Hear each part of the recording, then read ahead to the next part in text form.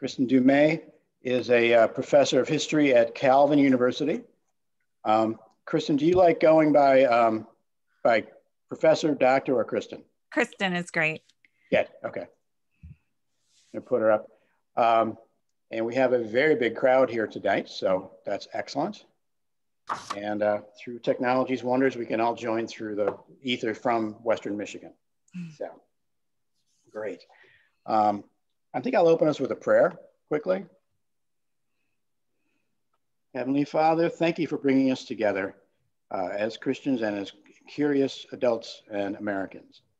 Thank you for the chance to share ideas, to share Kristin's research and her intellect, and to shine a little light on a part of the country we may be a little curious about.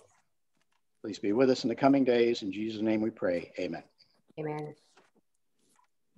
So, Kristin, we talked about the format here today, so we thought about introduce you and let you have a 10 or 15-minute discussion of the overall size of the book or scheme of the book, and then do some questions, and then later, after about 40 minutes, bring in questions from the audience if everyone's down with that. So let's do this. This book came out in the early part of last year. It came out in June. In June of 2020. It took off, and your reception was interesting, but heartening, right? Yeah, absolutely. So the book published in June 2020, and it was a bit daunting releasing it into the middle of the pandemic. My publisher was kind of changing around the release date, and it was all quite dramatic, and a lot of books were getting lost right then. This one did not. This one got picked up. We were fortunate to have Steve Inskeep host the launch on Morning Edition, which really kind of helped introduce the book. But it really has been among evangelicals themselves that this book has been incredibly popular. That's not something that we anticipated. I knew that some would like it. I had no idea that so many conservative white evangelicals would be embracing this book. So the reception has been really astounding. The book has become, in some ways, a kind of symbol within evangelicalism for people to rally around, for evangelicals themselves who are saying, I mean, I get hundreds of letters. I've gotten hundreds of letters. I get several every day from evangelicals who say, this is the story of my life. And they usually back it up with many paragraphs describing how it is. And thank you for writing this, because now I can see clearly. And that is a response that I anticipated so much more pushback. And there's been a little pushback, but it's probably like 99-1 in terms of what I'm experiencing. And so a lot of people see this as making sense of things that they felt wasn't quite right. Or they one person said, I bumped into so many of these trees, but I never saw the forest. And so it's been really heartening to me. I have to confess, when I finished the book, for those of you who have read it, by the time I got to the end, I was thoroughly depressed, discouraged, and had a hard time coming up with a kind of positive takeaway. My editor asked me to give us something. He said, this is too dark. This is too heavy. Your readers will need something. And I thought about it, and I just wrote back after a day, like, I've got nothing. Nothing feels genuine. And he said, okay, I respect that. And then a day or two later, he wrote back again. He's like, Kristin, just give us something, like anything. And that's when I gave him the last sentence in the book. Because that's really all I had. What was once done can also be undone. Once you see this history, once you see how this ideology was built, was put into place, was enforced, it's daunting. It's overwhelming. It's so deeply embedded. That was the source of my discouragement. But once you understand that none of this was inevitable, and that individuals made choices along the way, usually to enhance their own power, and you can see how this was made, then you can see that it could be dismantled. And so it's been incredibly heartening to see that is the way that many white evangelicals are receiving this book, with humility and with lament and with a lot of questions. What do we do next? What motivated you to write the book? I mean, besides the election of somebody. No. So the research for this book started more than 15 years ago. Okay. I was teaching a class at Calvin, and it was my first or second year here. I don't even remember. And I had just lectured on Teddy Roosevelt. And I thought this is a great way to introduce Calvin students to how gender works in history, to show how masculinity changes over time, to show how ideals of masculinity are linked to American power, to empire, to religion, all these things. It was this great little lesson, right? I'm a gender historian. So I did. And after class, a couple of guys came up to me and said, Professor Du Mez, there's this book that you really need to read. And it was this book right here. John Eldridge's Wild at Heart. Might be familiar to some of you. If you were in evangelical circles in the early 2000s, it would have been very hard to miss this book. It's a book about discovering the secret of a man's soul. And I got a copy of the book. I had heard of it, and immediately I saw what they were talking about. The book opens with a quote from Teddy Roosevelt and goes on to sketch this very militant, militaristic conception of Christian manhood. And it was everywhere in evangelical churches. It sold more than 4 million copies. So if there are any writers out there, like, you know what that means. 4 million copies is a lot of royalties. And worth noting, always worth following the money. But anyway, inspired a ton of other books because they all wanted to get in on that money. And it was a movement. And I was shocked when I read it. First of all, I noticed that for all of their talk of being Bible believing Christians, the Bible was not really the primary source here at all. John Eldridge would go to Hollywood movies, to Mel Gibson's William Wallace from the movie Braveheart, to mythical heroes and warriors and soldiers. And that was his model for Christian manhood, Christian masculinity. Now, at the time, this was around 2005 or 2006. And so I was watching what else was going on. And this was in the early years of the Iraq War. And we saw all the survey data coming out showing us how white evangelicals were far and away more supportive of the Iraq War, more supportive of preemptive war in general, condoned the use of torture. Like, all this data just kept coming out. And so I just asked the question that a good gender historian would ask: how might this conception of militant masculinity in the domestic realm, like in any of these church Bible studies and so on, how might that be connected to what we're seeing in terms of foreign policy? And that was really the question that started this book. I researched this for about a year and a half. I was incredibly discouraged at the time. And I thought, do I really want to study this? What I found was so revolting, incredibly misogynistic, militaristic.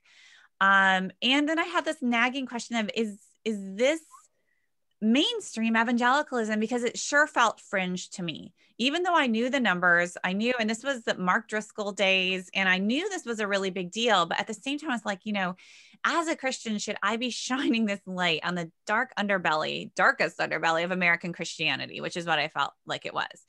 So I ended up setting the project aside. I had to finish my first book. I had 3 kids. And so that kind of slowed me down for a little bit. And then I kept meaning to get back to it.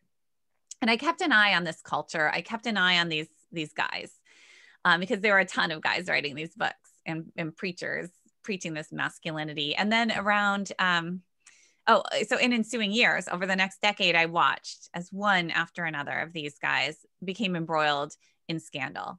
Abuse of power, and often sexual abuse, either directly or indirectly, defending their friends. And so I took note. I literally took a lot of notes. I watched this play out. And then in the fall of 2016, I was actually writing a book on Hillary Clinton and her faith formation. And so I was watching the election incredibly closely and watching white evangelicals in particular from 2015 on. And it was in the days after the Access Hollywood tape release that this clicked for me. And I realized that there's a different story here. This isn't about Hillary Clinton. This isn't, right? This is, we've seen this before. We've seen white evangelicals support abusers of power, support abusers. And this is a pattern. And then, you know, weeks later was the election, and I wrote a little piece tying some of these strands together, pulling out the old research, digging it out of my computer files. And that piece went viral. It was on White Evangelical Masculinity and Militarism as Explaining the Rise of Trump. And at that point, I decided to turn it into a book. And so I wrote the book. It took me about a year to get started. I was in a caretaking mode for my mom, who had ALS at the time. So I took a little break, still had student researchers helping me. And then start to finish, this book was written in 18 months. So it was very intense. And I knew it needed to be out before the 2020 election. Really? That's the deadline to make. Reading the book struck me the history that I don't know about evangelicalism, and your examination of I mean, what can we describe evangelicalism as, and B, how did a movement that, say, 60 years ago was very atomized and disparate become so channeled into one direction? I mean, that's broadly speaking, but they all did sort of start talking to each other and moving in this direction. Yes. So first, how do we define evangelicalism? This is a matter of considerable debate in scholarly circles and also journalistic circles, but especially the scholars are really fighting this out. We have been for years. And so this book is actually landing a few blows in that debate. And the way that evangelicalism has traditionally been defined by historians of evangelicalism, who, it's important to note, many leading historians of evangelicalism are themselves white male evangelicals. And so they define evangelicalism as the National Association of Evangelicals defines it, because the National Association of Evangelicals defines it according to their favorite historian of evangelicalism, who's an evangelical, according to theology. So evangelicalism is defined by beliefs. So the authority of the Bible, the centrality of conversion experience, the born again experience, right? So conversionism, crucicentrism, the centrality of Christ and Christ's sacrifice or atonement, and then activism. So you want to live out your faith in very active evangelistic ways. Okay, so that's the official definition. And I was going to use that. Everybody uses it because it's very handy. And evangelicalism can be hard to pin down because it's not denominationally bound, right? It's this kind of wishy-washy term. And so that's this working definition that pretty much everybody uses. I was going to do it too. Somewhere in your introduction, you just drop that in and then you go on and write what you're going to write. But the more I was digging into this story, which is a story that really looks at the popular culture within evangelicalism. Evangelicalism is a popular movement, not disconnected from seminarians and preachers and, you know, top down, but not limited to that. And what I saw was that theology did not seem to be a driving force when it came to the identity of evangelicals. And so I had to think, you know, who am I talking about? What am I talking about? And I came to understand evangelicalism as a consumer culture. To be an evangelical is to somebody who grew up listening to James Dobson's Focus on the Family, who watched Veggie Tales, and who listened to CCM music, Christian contemporary music. Somebody who shops in Christian bookstores back when we had Christian bookstores, right? Somebody who attends an evangelical megachurch. Yes, maybe, absolutely. But you can also attend a mainline church and be evangelical. You can not even attend church regularly and be evangelical and be informed by this culture. So consumer culture, consumer products are very important in my understanding. And then understanding evangelicalism as a kind of network, series of alliances, partnerships. So you've got conference circuits, you've got the SBC, you have denominations, right? Assemblies of God. You've got parachurch organizations. You've got, you know, so-and-so is blurbing so-and-so's book and he's inviting him to this conference. And if you cross this line or that line, mostly on gender and sexuality, you are outside and outside of the distribution networks. And so I came to see evangelicalism more as a cultural movement, historical and cultural movement defined by alliances, networks, and this consumer culture. So that's how I define it. It makes sense of what I see. And I think it's made sense to a lot of readers because this is their evangelicalism, right? They're not having these debates about theology and the doctrine of the Trinity and things like that. And they're oblivious to them, and that doesn't define their faith. This is their experience of their faith. And that's why I think they're embracing this book, because it's finally a story where they recognize themselves in it. Now, the second part of the question, I'll try to be a little quicker at that. Back in coming out of the 1920s, 1930s, evangelicals had been unable to kind of gain control of most denominations, which end up going mainline, more in the modernist direction, not entirely modernist, but not as conservative as many fundamentalists wanted. And so they didn't disappear. They didn't just lick their wounds. They were very entrepreneurial, started their own churches, started their own Bible colleges, their own kind of ministries, and they were thriving. But it was in the 1940s, they came together in the National Association of Evangelicals to recognize their strengths and to band together so that they would have more power. To spread their faith, their Christianity, and to do the good that they thought they could do in the country. And they were super intentional about that. When I went back to their founding documents, it was remarkable. They're like, here's how we're going to do it. We're going to have networks. We're going to have we're going to have organizations that we're going to have magazines that have like tens of thousands of subscribers. We're going to take to the airwaves through radio. And they did it all. And they did it within like 15 years. It's remarkable. So they did it through celebrity. Billy Graham was right at the center, not just as a figurehead, but he was literally at the center of all these networks, like starting organizations and linking them.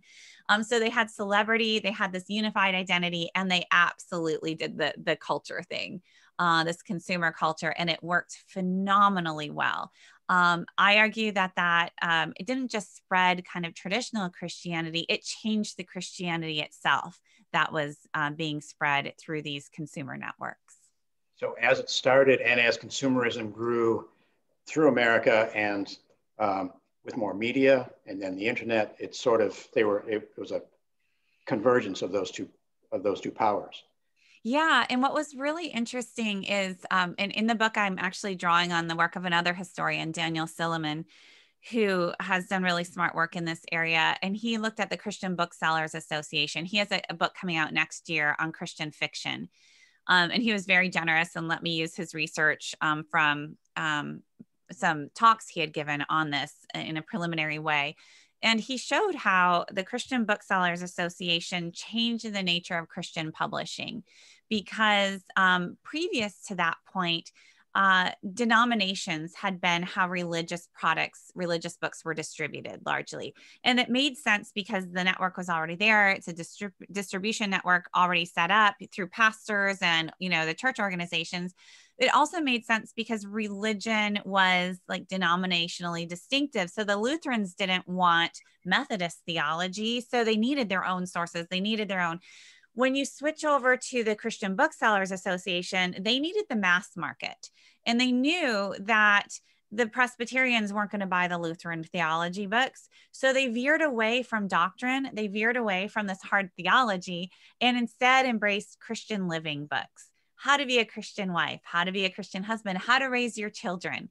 Now, this made sense in the 1950s, like post-war era anyway, but it also made sense because they needed the mass market and they didn't want to alienate any potential customers. And so that's part of this too. It's just really interesting how these market forces end up changing the faith itself. When did the militarism and the masculinity really ratchet up? Was it in the 60s?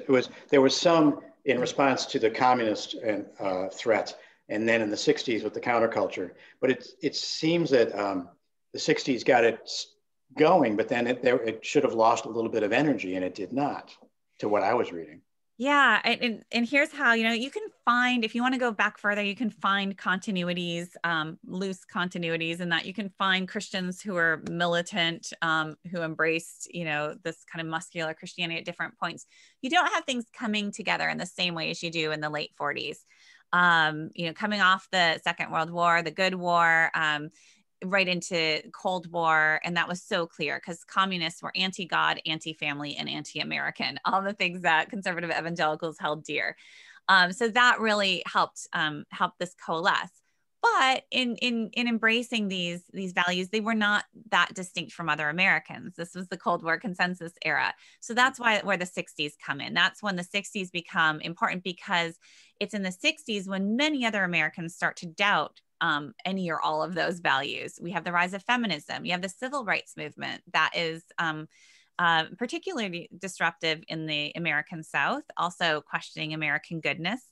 And then you have the Vietnam War and the anti-war movement, questioning, again, American goodness, American greatness, and American power.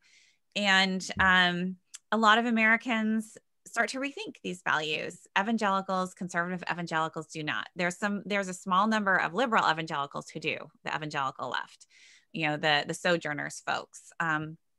But most conservative white evangelicals double down.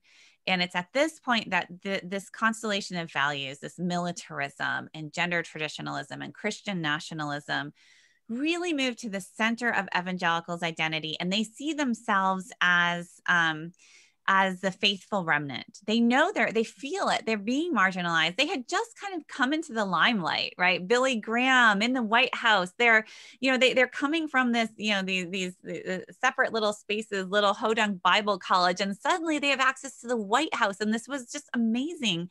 And then all of a sudden they feel that slipping away. And this is where we start to get some of that, entitlement. This is, marginalization, embattlement, and we have a special role to play.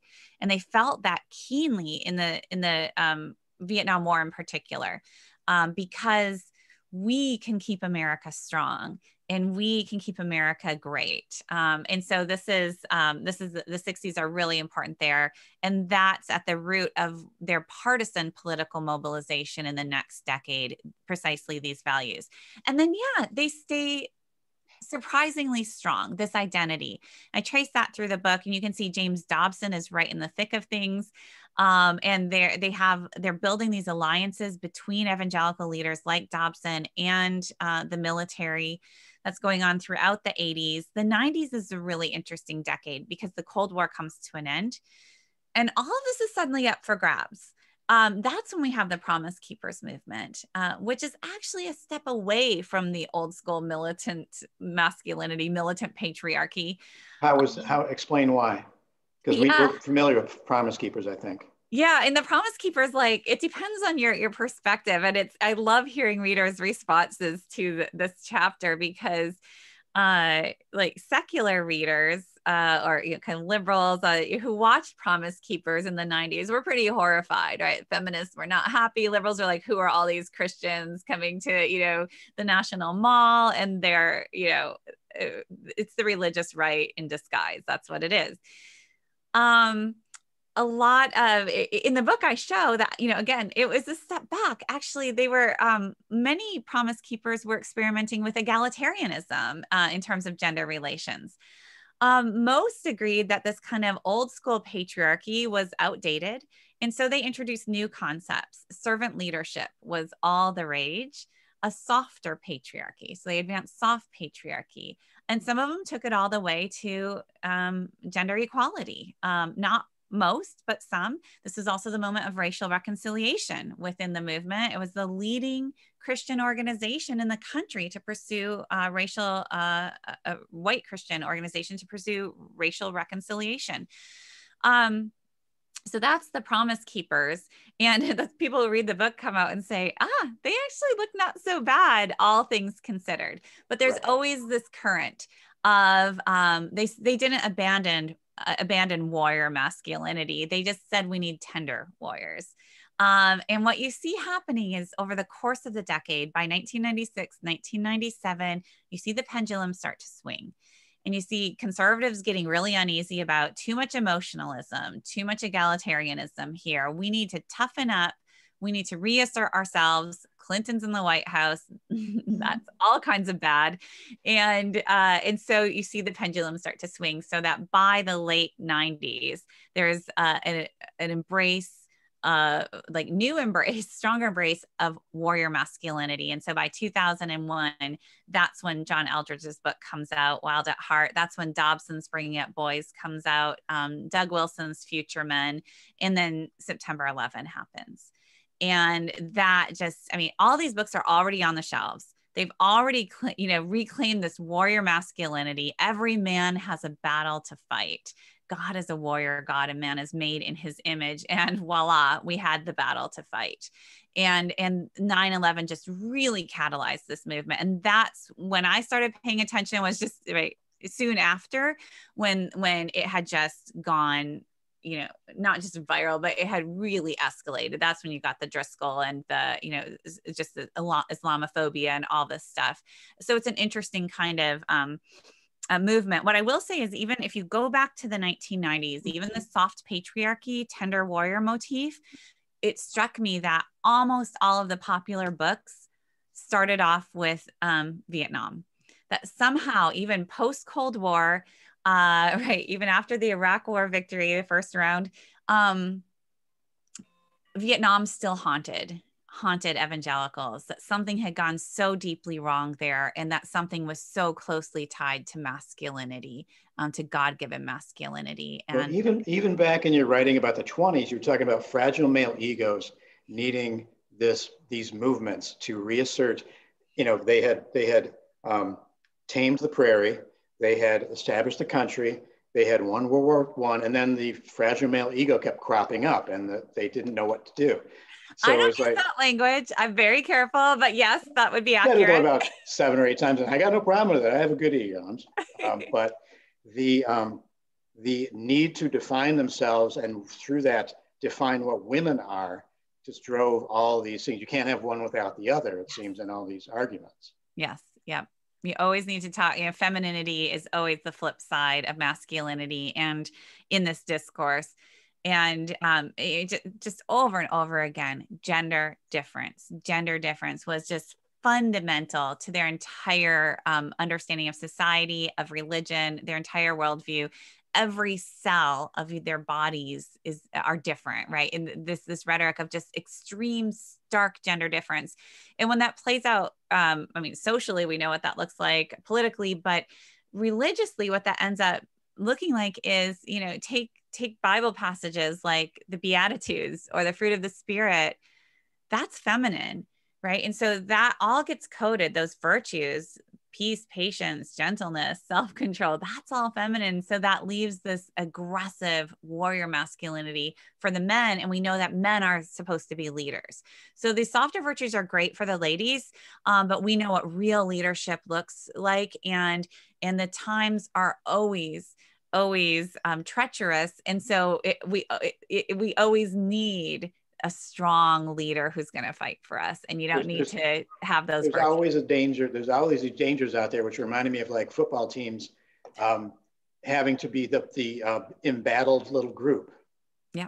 That's how you have group cohesion, is by saying that we are the last readout of all these virtues. And if we fall, the country falls. Yes. Did can we talk quickly about the Southern Baptist Convention and the people who changed that? Because that was an emergence of real conservative. I always thought they were conservative forever, but it's not true. There's a concerted effort. Yeah, you definitely had conservatives in the SBC, all through the 20th century and before. So what we had happening, though, you also had a lot of liberals. You had progressives. You had in the 1970s growing numbers of female preachers, pastors in the SBC. And embrace of feminism. You had an embrace of abortion rights in the SBC in the early 70s. And so all of this stuff just doesn't calculate today because of the conservative takeover or conservative resurgence. It depends which party you're listening to, what it's called. And yeah, it was a very intentional scheme to take power. It was the plan was hatched over beignets at Cafe Le Monde in New Orleans by a couple of leading figures in the SBC, and they went ahead and just had this amazing plan to win the presidency of the SBC. And then the president had the power to appoint members to the committee on committees. And then the committee on committees could appoint heads of committees. And they figured if they could hold the presidency through their own kind of backroom deals and coercion for 10 years, they could take over the entire denomination.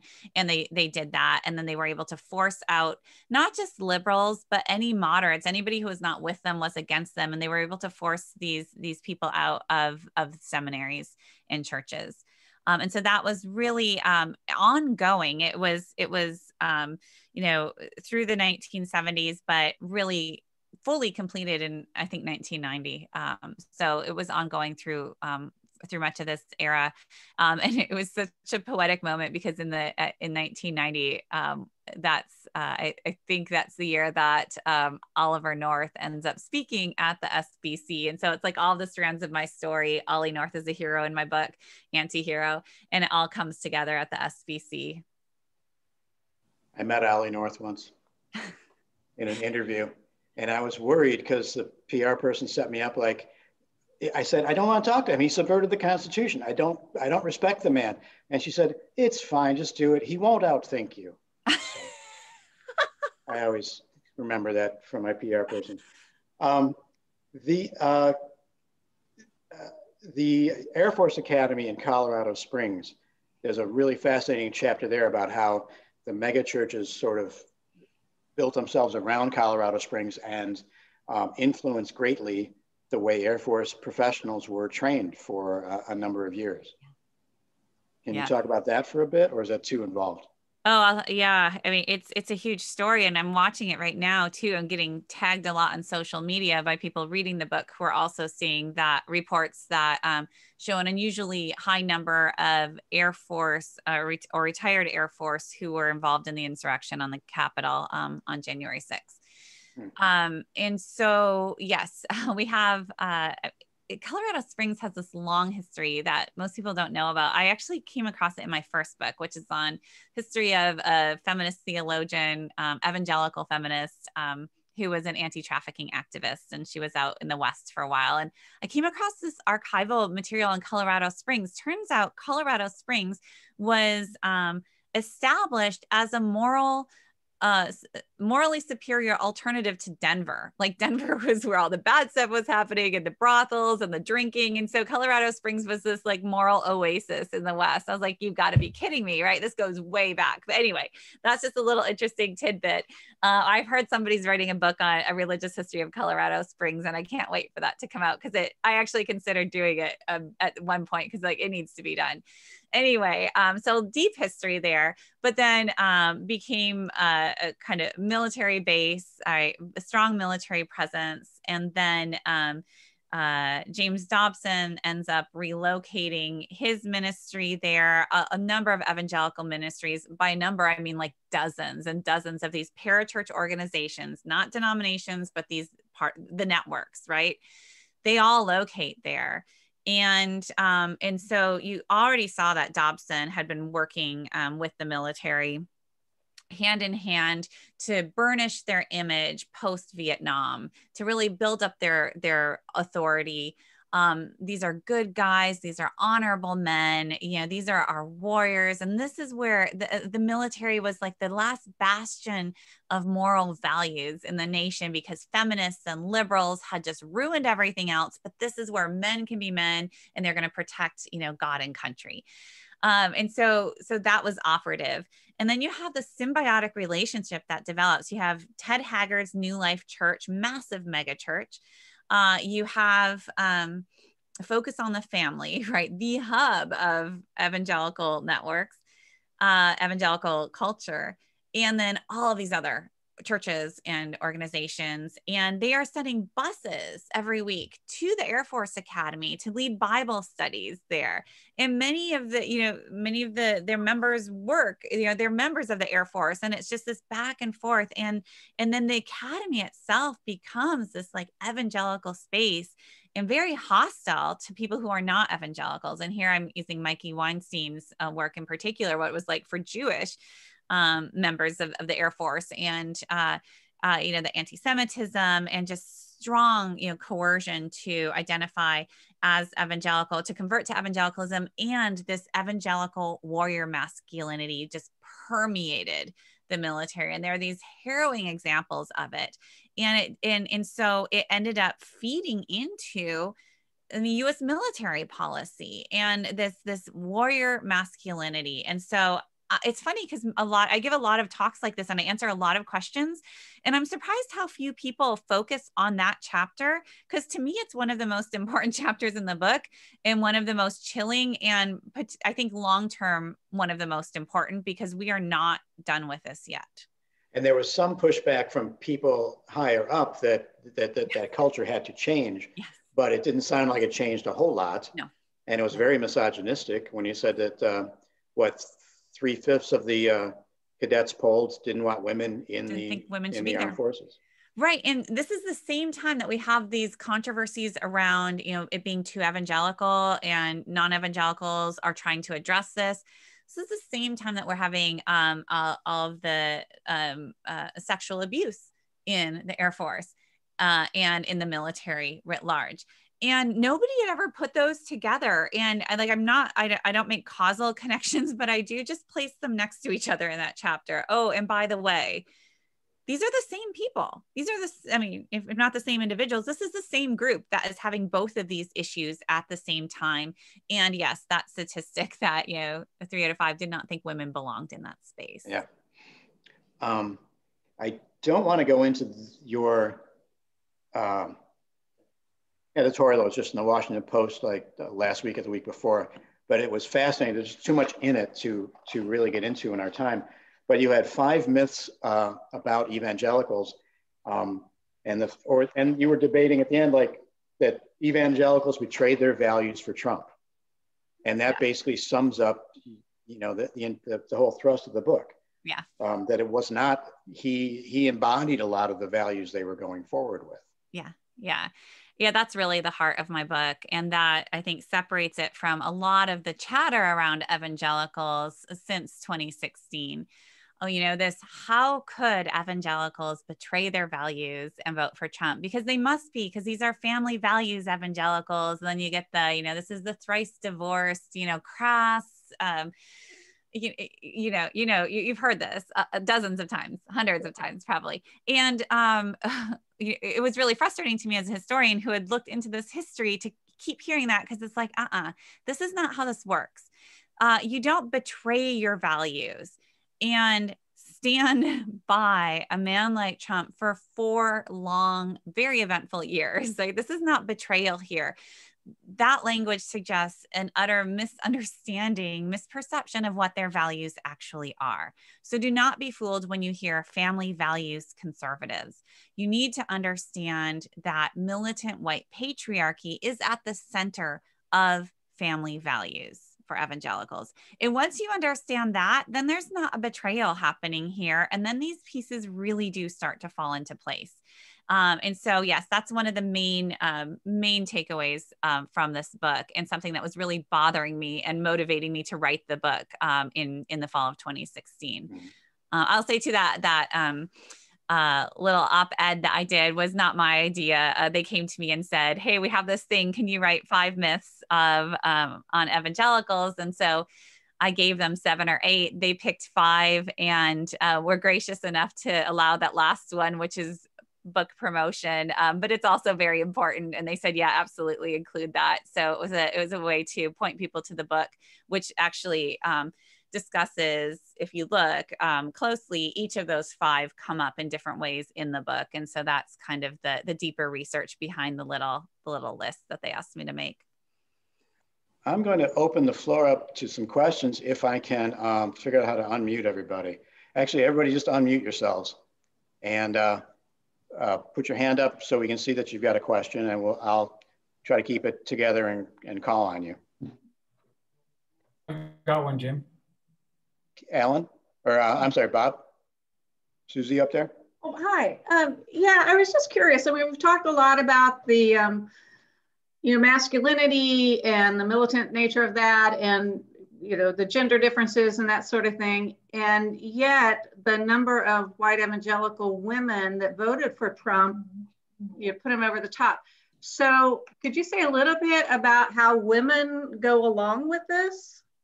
Yes, I have a whole chapter on that in the book.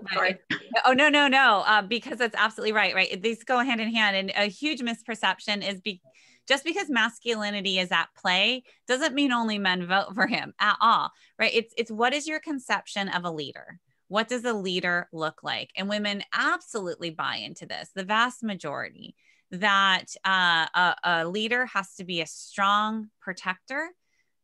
God filled men with testosterone so that they have the aggression, the power to lead. That can be very dangerous, reckless even, but that's just the way God made them. Testosterone has certain side effects. Women have their place in this. They are to support men who lead. They are supposed to prop up their egos, their authority. And so women absolutely participate in patriarchy. And if they wouldn't, patriarchy would fall apart. So I have an early chapter really show how this works in the 1970s with people like Phyllis Schlafly and Maribel Morgan. But what I don't do in the book, because I just didn't have space and I thought that would derail it, is I don't really bring it up to the present and show how that evangelical femininity morphs over time. So that's actually my next book project, and I'm super excited about it. And it's a cultural history of white Christian womanhood over roughly the same period. And I just have to share my title because it's my favorite thing right now. It's called Live, Laugh, Love. And it's looking at how this Christian femininity, not just evangelical, but generically Christian white womanhood, ends up supporting conservative politics, neoliberalism, and white supremacy. Thank you.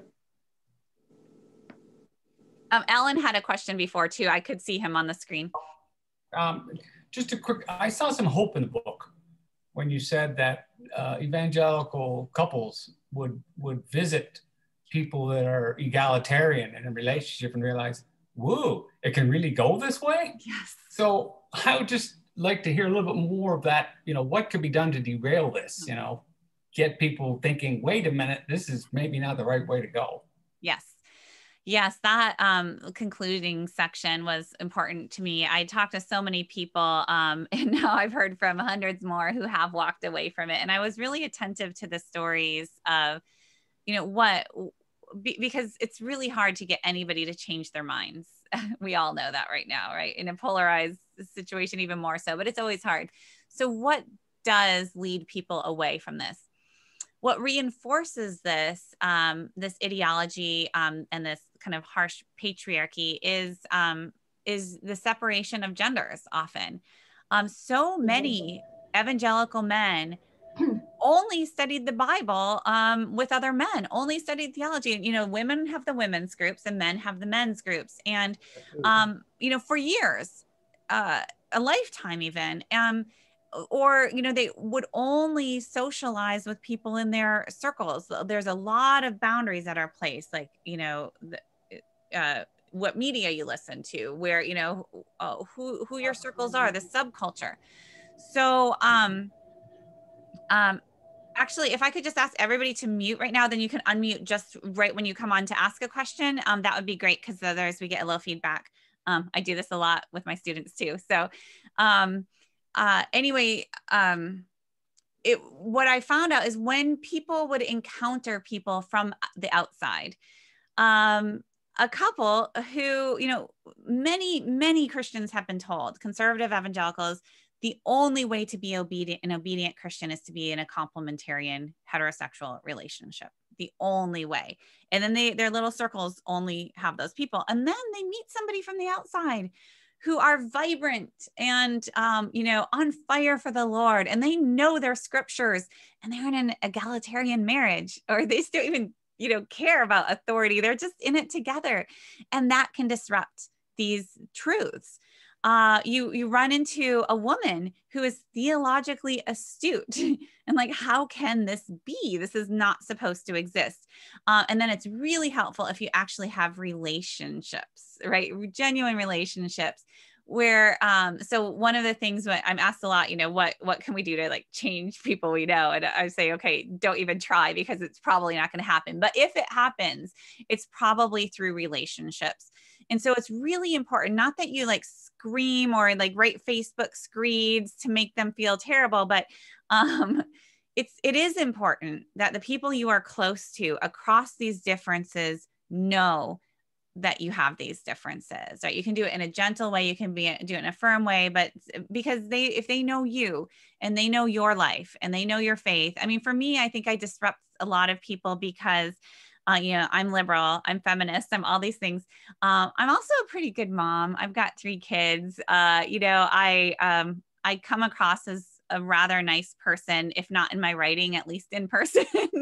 And so this, this is just disrupts their categories. And if you can just disrupt a little bit, that can open things up. There was a question from Frederick. How do the students and staff at Calvin receive the message of your book? And are you tenured over there? I am tenured.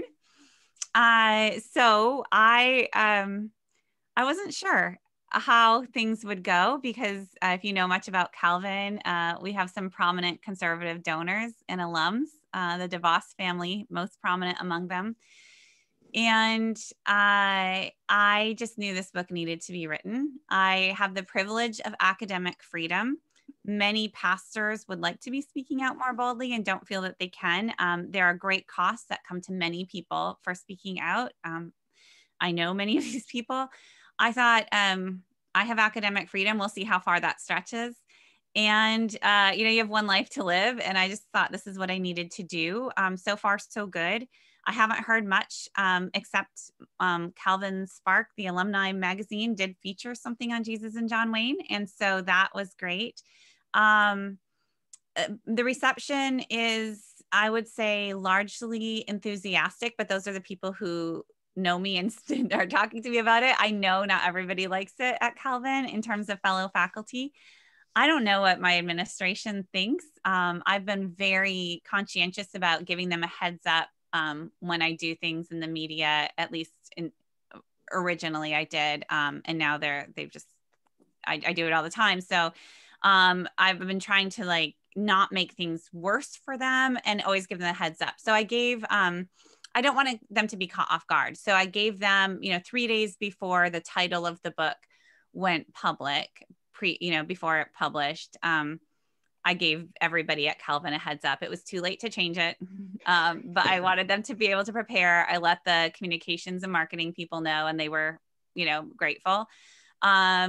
When the book was in a galley, so advanced reader copy, ready to go, just final edits, that's when I gave my president a copy, just so he would know it was way too late to change anything. So, I just tried to give them a sense.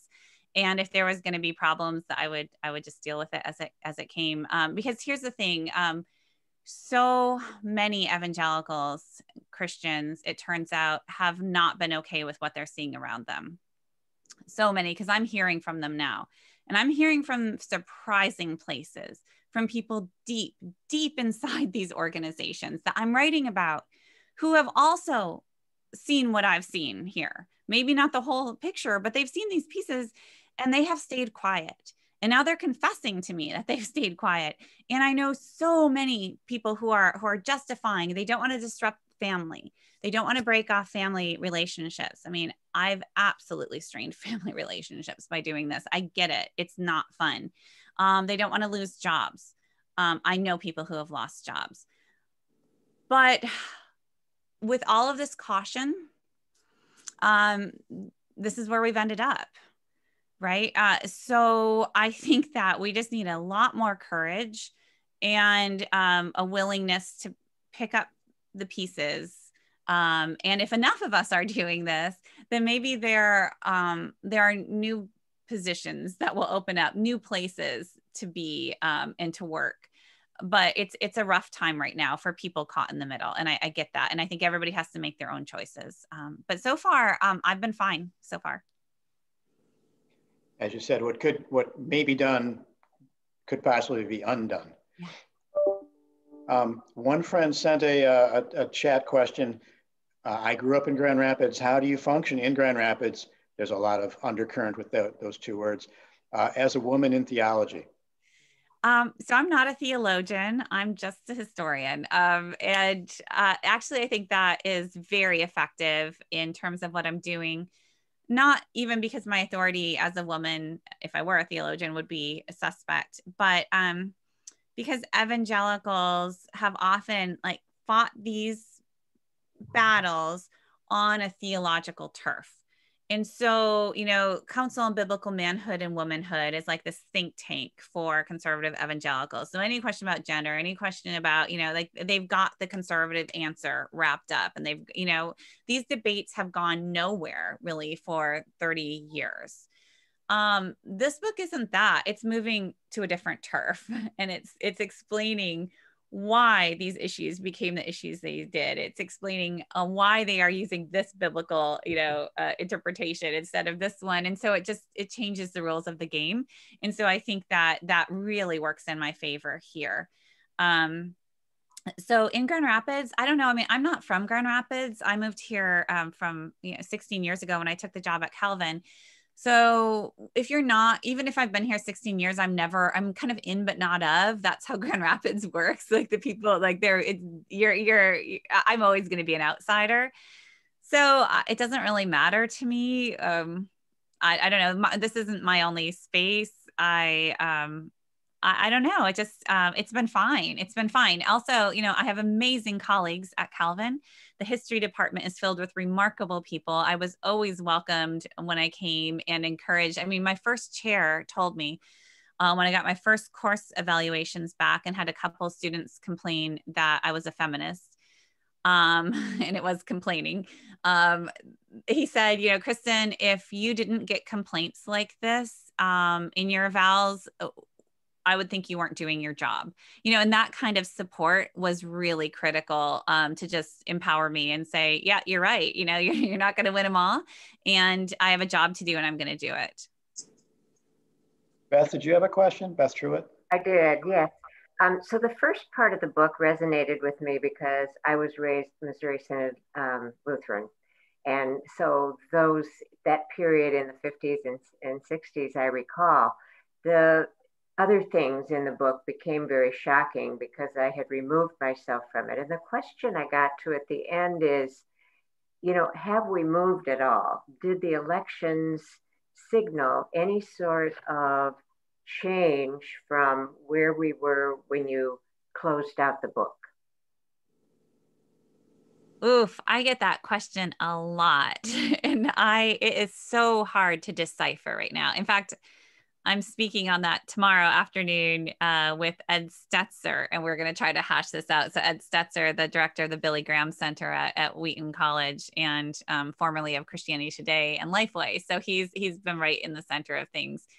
I'm curious if we're going to have similar or different responses to this. But what I'm seeing is this term evangelical reckoning is being thrown around. What we saw in the election was very little movement in terms of the white evangelical vote. It depends which exit survey you look at, maybe a slight dip from 80 to 81% down to at the lowest 76%, but then a kind of updated exit poll was done and it was back up to 81%. So very little movement. Now, where we did see movement, we're in a couple of key battleground states, including Michigan. So some of us worked very hard here. And that was exciting to see. And white evangelicals were targeted in particular. So no, very little movement, very little. And then, of course, we had the election, and then we had the contested election. And then we had January 6th, and then finally the inauguration. And through all of that, I watched this stuff very closely. I heard evangelicals speaking out against all of that, but not the evangelicals who had voted for Trump 4 years ago and again, right? So I'm seeing very little movement. What I am seeing is among those who were ambivalent at best, who maybe voted third party, probably couldn't bring themselves to vote for Biden, or maybe they did, and then they almost don't count because of course they're going to be against this. But in this like moderate space, I see more people emboldened to speak out, and I've seen that in the last 2 months, saying enough is enough. Like, how far are you going to take this? Like, stayed quiet for a long time. So I don't think we're seeing shift. I think we're seeing a little bit more courage within this really important, almost swing group. And so I think that's giving the appearance of the evangelical reckoning that the media is talking about. And it is real, because this is cutting through churches. It's cutting through families in a way that it did a little bit in 2016, but it was kind of patched over. I don't think this can be patched back over from what I'm hearing. What numbers are we looking at? I keep ending up right around that 80-20 split still. So, you know, we're looking at maybe 5% who are going to be recategorized because enough is enough. But we are not seeing a sea change. We are not seeing, and then if we bring in history here, what history has shown us over the last several decades is whenever evangelicals find themselves outside of power, so Republicans out of the White House, it leads to more reactionary consolidation and radicalization. And so that's scary. Now, Trump may have changed that because his genius was holding the White House, privileging white evangelicals, right, in culture and politics, and really ratcheting up their paranoia and their fear. Like, he was able to do it all the same in a way that, you know, George W. Bush wasn't, George H.W. Bush wasn't able to do that. Ronald Reagan wasn't able to do that. He was able to both give them power and increase their fear and urgency and sense of abandonment. So I don't know where that goes without him continually stoking it. That's how I answer that question, which is a very long way of saying, I don't know. Deb, you had a question, Deb Kinzer? Yeah, from what you can tell, do you think there's much overlap between the evangelicals and these real fringy groups like the Proud Boys or Boogaloos or even QAnon? Yeah. More than we would like to think, and more than many respectable evangelicals admit. So I watched all those videos coming out from, you know, the insurrection, that the poor boys, I don't know if you watched the prayer. On their way to the Capitol, the poor boys knelt in prayer, and it's worth looking at that and listening, because it is an evangelical prayer that you could have heard in any church on any Sunday, any evangelical church. Like the cadences, like if you know what I'm talking about, like it was thoroughly evangelical, and that it was striking, and yet it was not surprising. So the values that I describe in Jesus and John Wayne, this, you know, militancy, this Christian nationalism, this, you know, using violence to achieve order, violence in pursuit of righteousness, and the ends will always justify the means. There is nothing to restrain that ideology, that value system, from what we saw on January 6th. There really is not. So it's a question of where will people draw the line? And on January 6th and in the days after, I was watching so closely in, you know, all of my little, you know, spaces to listen to how evangelicals were responding. First, it was Antifa. It wasn't us. That lasted for a couple of days. Franklin Graham was really out in front on that.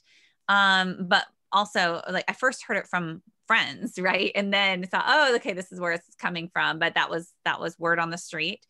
It was that, and then it was mostly, I don't condone the violence, but a lot of that, but you push people so far.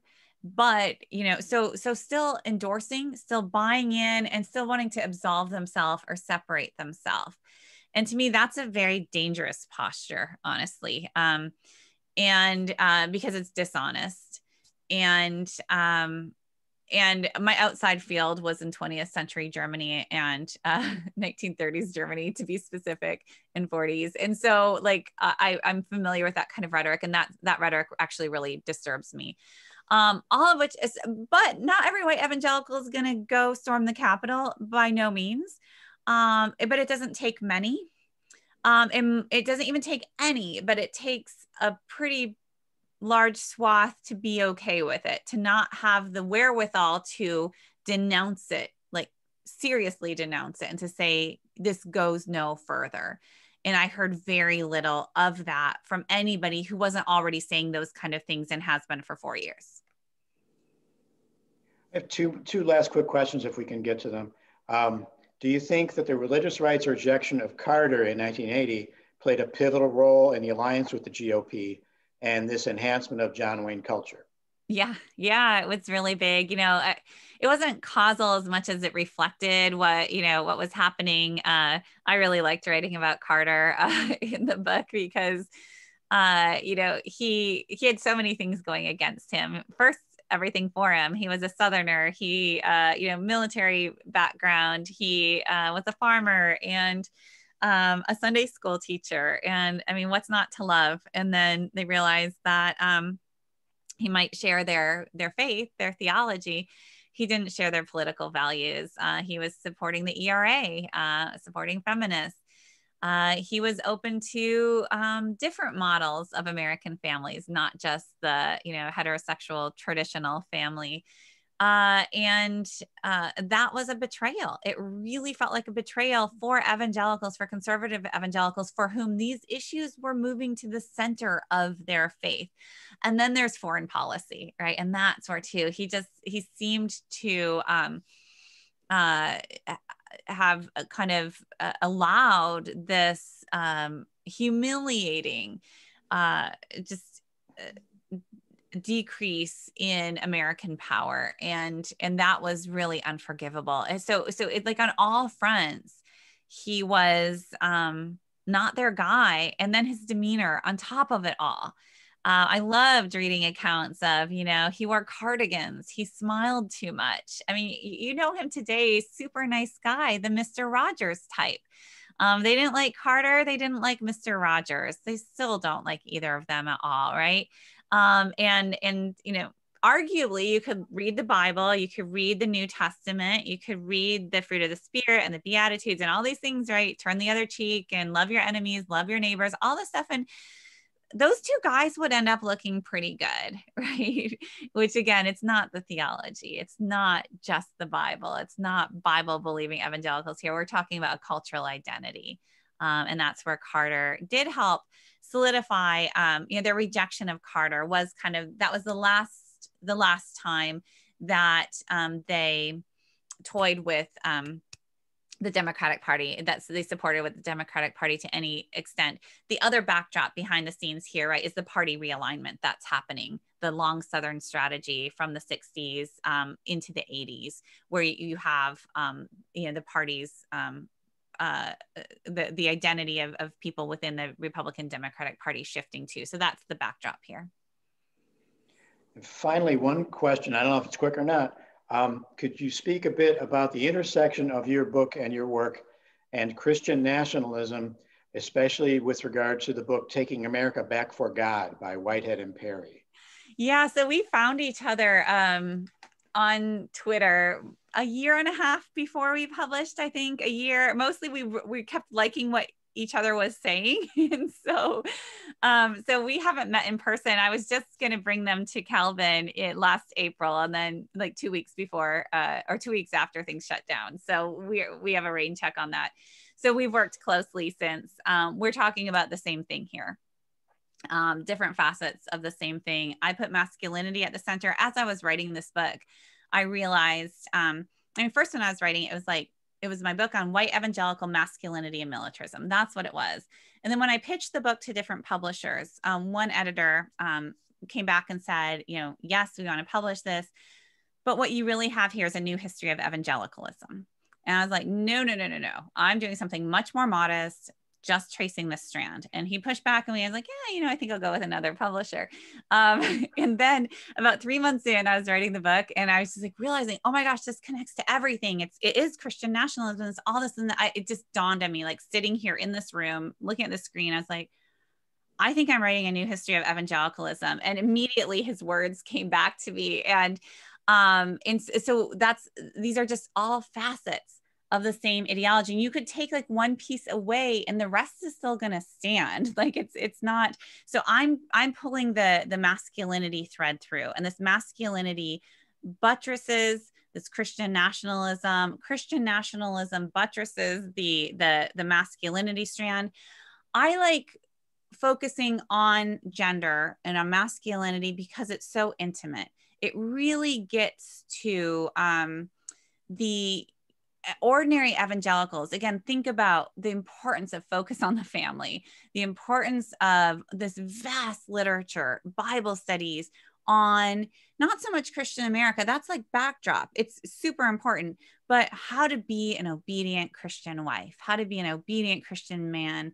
And it's always framed. I was shocked when I went back to the 60s, 70s, and up to the present, how these, domestic matters are always framed, or almost always framed, in terms of, and this is important for the strength of the nation. And so it's inseparable.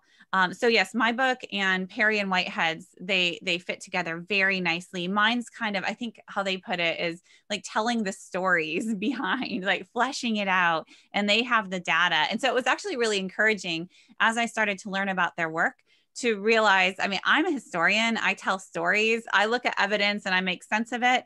And then they have these like hard facts, and like every single one totally verified my stories that I was telling. And they kept feeding them to me, right? I would like post something on Twitter, they'd be like, and here's the data supporting it. So it's a great way of, we have different disciplines. I'm a historian, a cultural historian, they're social scientists, and we are describing the same reality. So it's actually quite affirming for, I think we're on the right track. Terrific. This has been a wonderful night of things to soak in a lot. The book opens your eyes to so many things, and most of them are disturbing in our little Chicago enclave of where we all talk things over. But we want to thank Kristin Du Mez for coming. We look forward to your new books. It's everyone here has some connection to these kind of mindsets and people who are in these communities. So this is good to think about, and also to really chew over what we can do next as Christians. So thank you very, very much. This was a terrific talk. Thank you. Thank you for having me. Thank you for your interest, and blessings to you. Thank you, everybody. Get Kristin's book when it's available. We've had problems getting it, Kristin. It's been really rough. They sold out twice. Within the next 2 weeks, they are telling me, promising it will be back in stores everywhere, back in stock on Amazon, and they are doing everything they can to make sure it doesn't run out again. The paperback will be out in June, which will be a very cheap purchase. I think it's $18. And so that's the kind of one that you could give to, friends and family who you might not want to invest the full hardcover price if they're not going to read it, but the paperback will be really good for, giving to the people who really need to read it. So next month on Tuesday, March 2nd, we're going to have a talk with Joe Morrow and the author of the book, Union Made: Working People and the Rise of Social Christianity in Chicago. Which should be a really fascinating thing. So mark your calendars for that. First Tuesday will be going until the summer. So keep an eye on our new books and our book chats. So can you put that book into chat? I will. My assistant just did that. And that's written by a friend of mine, and it's a great book. So have fun with that too. It will be in our church library. Thank you. All right. Take care. Thank you so much.